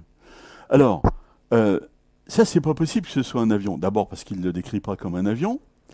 Et puis ensuite, si tu vois passer un avion tellement près que tu vois bien le joint entre le hublot et la paroi du fuselage, c'est que l'avion, il n'est pas très loin. Et s'il n'est pas très loin, tu vas certainement entendre le bruit. Bon, donc ça tient pas la route. C'est pas un avion. Par ailleurs, ça présente des caractéristiques, ces hublots, qui font penser à un avion. Voilà encore quelque chose de très difficile à avaler. Un témoignage exposé par un monsieur qui est... Il suffit de voir le dessin qu'il a fait avant de venir me raconter la deuxième fois ce qu'il a vu ce 24 octobre. Il a sur une feuille de papier fait un compte-rendu de cette observation. Alors d'abord, il a une écriture qui est très rectiligne, très régulière. Tout est précis. Beaucoup de gens font des dessins vagues, flous, pas précis, quoi, avec des objets de forme un peu vague. Là, c'est superbe, comme c'est net, c'est clair. Il a vu des détails, mais c'est pas possible. Si un avion ne fait pas de bruit, si tu n'entends pas le bruit d'un avion, c'est que l'avion est loin. Et c'est même qu'il est très loin. Et s'il est très loin, tu vas sûrement avoir du mal à distinguer les joints entre les hublots et la paroi du fuselage. Il faut arrêter. Et il n'y a pas de solution intermédiaire. Voilà un témoignage précis, mais aberrant. Tout à fait. Fourni par... enfin, aberrant si on cherche une explication classique. Les trois autres personnes qui étaient à quelques mètres derrière n'ont rien vu. Oui, c'est ça. C'est qu'il n'en ait pas parlé aux gens derrière lui. Il explique comment, ça, d'ailleurs? Mais il n'explique pas. Il n'explique pas. Ah non, il expose. Hein. Il expose. Il faudrait qu'il soit là et qu'il raconte ça lui-même. Il expose la chose d'une façon limpide, mais il ne comprend pas ce qu'il a vu. Hein. Il se doute bien que ce n'était pas un avion, quand même.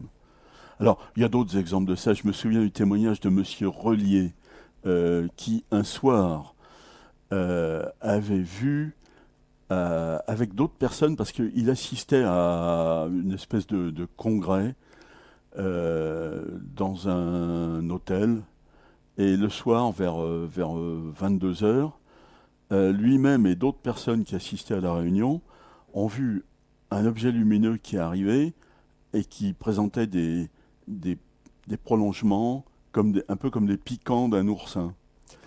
Et cette chose-là est arrivée, s'est bien fait voir, a disparu. Et Monsieur Relier était très perturbé par ça. Le lendemain matin, il s'est dit, il faut que je témoigne, parce que c'était un ancien militaire. Et il assistait à une réunion d'anciens militaires, je crois. Et donc, il s'est dit, c'est mon devoir de témoigner, parce que c'est pas normal, le truc qu'on a vu, je vais aller dire ça aux gendarmes. Donc, le lendemain matin, de bonne heure, il va à la gendarmerie, et le gendarme écoute brièvement ce qu'il raconte. Le gendarme a un petit sourire, et puis il lui dit, regardez le papier que je viens de scotcher là, sur le panneau d'affichage. C'était un message qui disait que cette nuit-là, autrement dit, peut-être 6 heures après, oui, c'est vers 4 heures du matin, je crois, vers 4 heures du matin, 6 heures à peu près après l'observation de M. Relier et d'autres personnes, il y avait eu un ballon-sonde qui avait été vu se déplaçant à très basse altitude au-dessus de la région. Et je ne sais pas si ce ballon avait été retrouvé ou non, mais il y avait eu ce ballon-sonde qui s'était manifesté cette nuit-là. Donc, dans l'esprit du gendarme, quelque chose de pas normal cette nuit-là, ben oui, c'est le ballon-sonde. Lisez ce qu'il y a écrit là. Et M. Relier lui dit, mais attendez, moi, il n'était pas 4 heures du matin, il était 10 heures du soir. Et puis en plus, ce truc est remonté à toute vitesse. Et le gendarme lui dit, allons, regardez, hein, vous avez le ballon-sonde, voilà l'explication. Il y a plein de trucs comme ça. Il y a aussi des disparitions étranges. Hein. Je suppose que j'ai déjà dû vous raconter des histoires de ce que j'appelle des crashs de rien. Hein. Un crash de rien, surtout les crashs de rien de type 1, c'est les seuls vraiment intéressants. Les gens voient grosso modo ce qui ressemble à un accident d'avion. Il voit à une certaine distance un avion qui vole pas droit ou qui fume, puis finalement qui tombe au sol. Les gens appellent la gendarmerie, les pompiers, tous les moyens de secours se précipitent sur les lieux, cherchent une épave d'avion, ils cherchent longuement, ils trouvent rien, ils apprennent qu'aucun avion n'a disparu.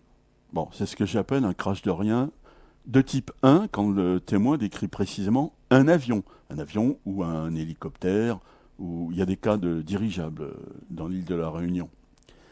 Bon, alors, cette chose-là, on en connaît maintenant 35 exemples, avec exactement le même déroulement. Il faut voir les articles de presse qui relatent ces événements-là. On peut pratiquement en prendre un, enlever le nom du lieu, le remplacer par un autre, ça donne l'affaire suivante. C'est toujours le même déroulement. Les recherches ont été interrompues à telle heure parce qu'on n'avait rien trouvé, qu'aucun avion n'avait disparu. Eh bien, récemment, il y a eu des événements, il y a eu deux incidents cet été 2012. Deux incidents qui ressemblent beaucoup à ça, mais qui n'impliquent pas des avions. Il y a un... Si les sceptiques m'écoutent, au moins je leur aurais fait passer un bon moment. Il y a un crash de rien, mais de voiture, et puis un crash de rien de radeau pneumatique. Alors, l'histoire de la voiture, ça s'est passé dans le Lot-et-Garonne, au mois d'août. Des maîtres nageurs de piscine qui utilisaient un walkie-talkie pour communiquer entre eux ont capté un appel de détresse d'un monsieur qui disait au secours, nous venons de... Alors c'était un message qui était envoyé par la CIBI. Hein. Donc un monsieur, peut-être anglais, disait au secours, nous avons eu un accident de voiture, nous sommes tombés dans un ravin, ma femme est blessée, on n'arrive pas à sortir de la voiture. Et il donnait une indication sur le trajet qu'il avait entrepris, et donc c'était dans le coin. Et puis, fin du message. Le lendemain, quelqu'un d'autre capte encore un message qui disait au secours, venez nous chercher, on a froid, on a faim, et ma femme ne se réveille plus. Et il y a eu un troisième message le troisième jour. Évidemment, des recherches ont été entreprises parce que les gens qui ont capté ces messages radio ont alerté les moyens de secours. Donc les gendarmes, les pompiers ont fouillé la région. Vous avez tout ça, j'invente rien, hein, tout ça, ça figure en détail dans la presse de cet été, la presse locale, hein. La presse nationale, j'en ai pas entendu parler. Mais pour les journaux locaux du Lot-et-Garonne, ça figure in extenso dans le journal. Je donne les références dans le numéro 410 qui sortira bientôt. Voilà l'histoire. Message de détresse, et puis rien au bout. Il y a eu des recherches très approfondies, et puis, on n'a rien trouvé. Et donc, les recherches ont été interrompues. Quelques années plus tôt, dans la même région, alors là je me souviens du nom du lieu, c'est Soubirous. À Soubirous, il y avait eu un événement identique. Je ne sais pas s'il y avait eu message radio, là je ne peux pas affirmer, il faudrait vérifier. Mais on avait retrouvé la voiture parce que la voiture était tombée dans la végétation, dans un petit ravin en bordure de la route. On ne voyait pas la voiture de la route. Elle avait été avalée par la végétation. Mais heureusement, la batterie permettait encore de faire marcher les phares. Et la personne qui était coincée dans sa voiture, qui ne pouvait pas sortir parce que les branchages bloquaient les portes, cette personne avait allumé les phares de sa voiture et on a pu la retrouver parce que cette voiture invisible de jour était parfaitement détectable la nuit. Bon, il y a eu une autre histoire un petit peu analogue. Et évidemment, les auditeurs se demandent comment est-ce que tu relis ça au phénomène OVNI. Alors, je le relis en plusieurs étapes. Moi, je pense à ce qu'on a appelé des crashs de rien. D'abord, hein, il y a 5 ans, 6 ans, bon, les gens voyaient dans un grand nombre d'exemples des choses qui tombaient au sol, on allait fouiller, et puis il n'y avait plus rien, il n'y avait rien. Bon. Il y a des exemples innombrables de ça. Ensuite, je me suis aperçu que dans certains de ces témoignages, les témoins décrivaient un avion, ou un hélico, ou un ULM, il y a plusieurs cas d'ULM, ou un dirigeable, enfin une machine volante bien de chez nous, et donnaient même quelques précisions. Alors j'ai appelé ça les crashs de rien de type 1, qui sont évidemment beaucoup plus intéressants que les autres. Des crashs de rien de type 1, j'en suis à 35 exemples. Pas tous en France, mais quand on lit ces 35 exemples, c'est à se demander s'il n'y a pas quelque chose. Il serait peut-être pas inutile que les pompiers ou les gendarmes aient connaissance de cette similitude que personnellement je trouvais époustouflante entre tous ces incidents. C'est pas une raison pour pas chercher quand il y a une disparition, mais au moins, si vraiment on trouve rien, si les gens ont vu un avion s'écraser et qu'il n'y a pas d'avion qui s'est écrasé, ça n'est plus un événement isolé. C'est à rattacher à une collection de au moins 35 cas qui présentent des similitudes énormes. Donc, ça fait penser au phénomène OVNI. Il y avait quelque chose qui était en l'air, qui ressemblait à un avion, mais qui n'était pas un avion. Mais quel serait l'intérêt d'une telle chose? Comment expliques-tu l'intérêt de ces... Aucune idée. Je veux même pas chercher à comprendre. On est face à quelque chose de totalement absurde.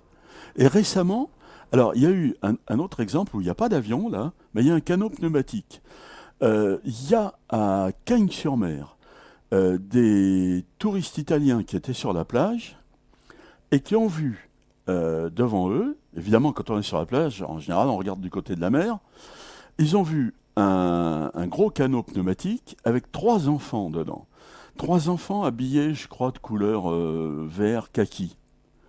Et qui s'en allaient plutôt vers le large. Alors ils se sont dit, oh là là, c'est pas normal. Surtout que c'était le soir. 3 mômes dans un Zodiac à cette heure-ci, puis qui partent vers le large. Ça craint quand même.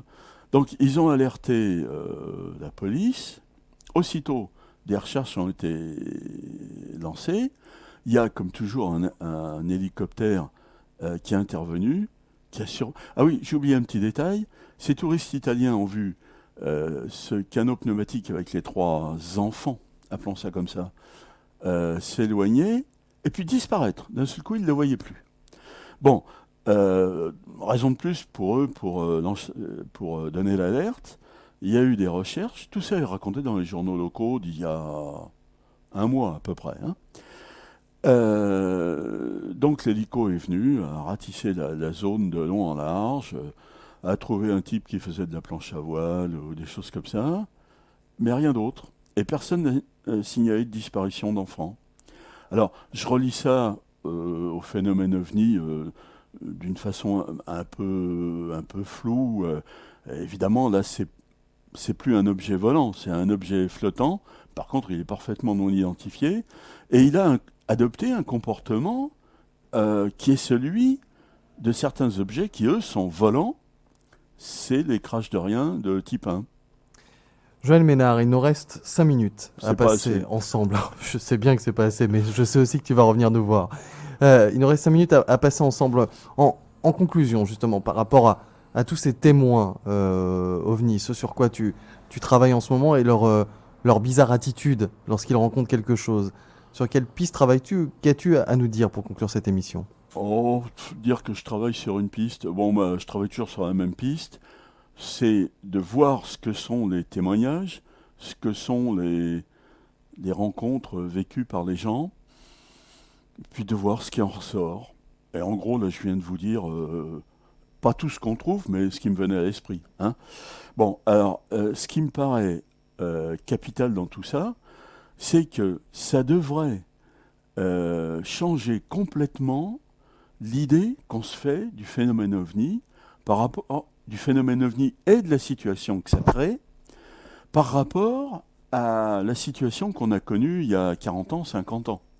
Alors je ne vais pas revenir sur ça parce qu'on en a parlé au début, mais maintenant on a un schéma qui se dessine qui est d'une complexité folle, d'une absurdité insoutenable, mais sans cesse réaffirmée, donc c'est quand même curieux.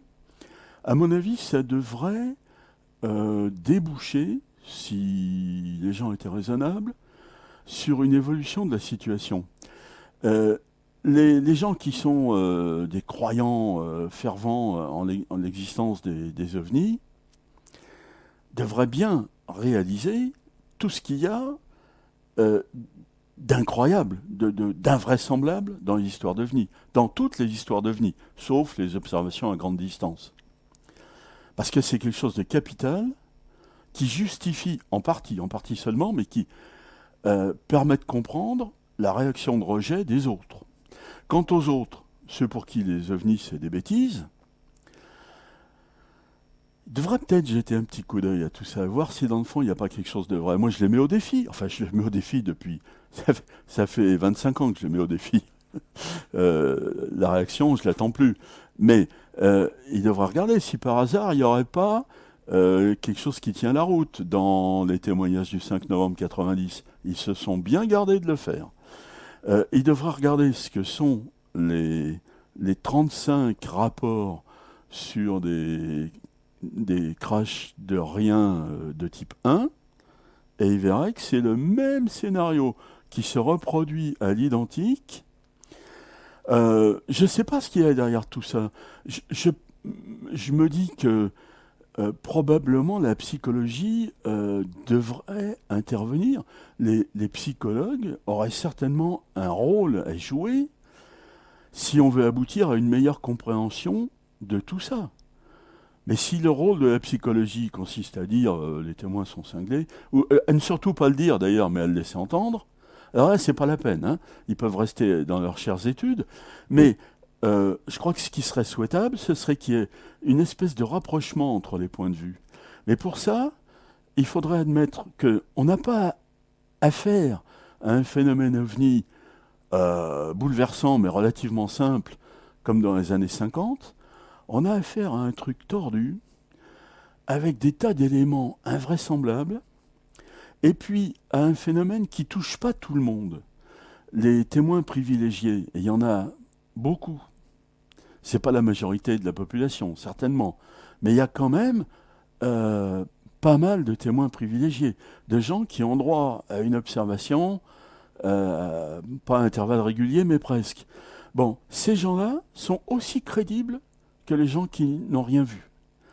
Bon, il faudrait que les prétendus sceptiques soient moins catégoriques.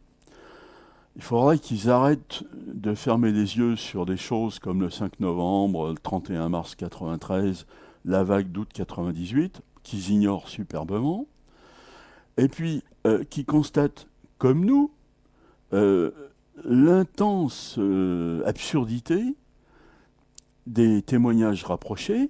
L'absurdité est phénoménale, mais elle est réaffirmée de semaine en semaine. Alors, c'est pour ça que je disais que la psychologie aurait sûrement à intervenir. Après tout, alors là, je vais déplaire à tous les gens qui croient dur comme fer aux ovnis. J'y crois dur comme fer, mais je m'en fais une idée beaucoup plus floue qu'il y a longtemps et plus fantomatique. Si on admet qu'il y a quelque chose de bizarre qui se passe, qui fait que les gens racontent qu'ils ont vu un ovni, l'ont-ils vu effectivement? Ou bien est-ce que ça s'est passé dans leur tête? Moi, j'en sais rien. Il n'y a pas moyen, surtout quand on n'a aucun moyen d'investigation, il n'y a pas moyen de savoir. Il y a simplement moyen, pour nous, de constater les faits. Donc tu veux dire conjuguons les forces. conjuguons les forces, oui. Il faudrait que les prétendus sceptiques arrêtent de nous regarder comme si on était des allumés, ce qu'on n'est peut-être pas tout à fait. Et puis il faudrait que nous, on arrête de les considérer comme des gens complètement bornés, et pour ça, il faudrait qu'ils arrêtent de l'être. Joël Ménard, merci beaucoup. Joël, directeur de Lumière dans la nuit, LDLN. Je le rappelle parce que Lumière dans la nuit vit évidemment par vos abonnements, mais il vit aussi par vos témoignages. Donc voici une adresse où vous pouvez envoyer vos témoignages, correspondre ou vous renseigner sur Lumière dans la nuit. C'est LDLN, boîte postale 3, BP 3, 86 800 Saint-Julien-Lars. Lars, c'est L'_ARS. Merci beaucoup, Joël. Il y a aussi, Oui. il y a encore un instant, il y a Un aussi, tout petit instant, vas-y. il y a un site internet qui est ldln.fr. Cela dit, là, je sors de 3 semaines de panne informatique et j'avoue que une lettre qui arrive par la poste, c'est quand même plus simple qu'un message qui stagne sur la messagerie parce que l'engin est en panne. Merci Joël Ménard. À très bientôt sur À l'antenne. bientôt. Et je rappelle que ton livre a été réédité sur les Men in Black.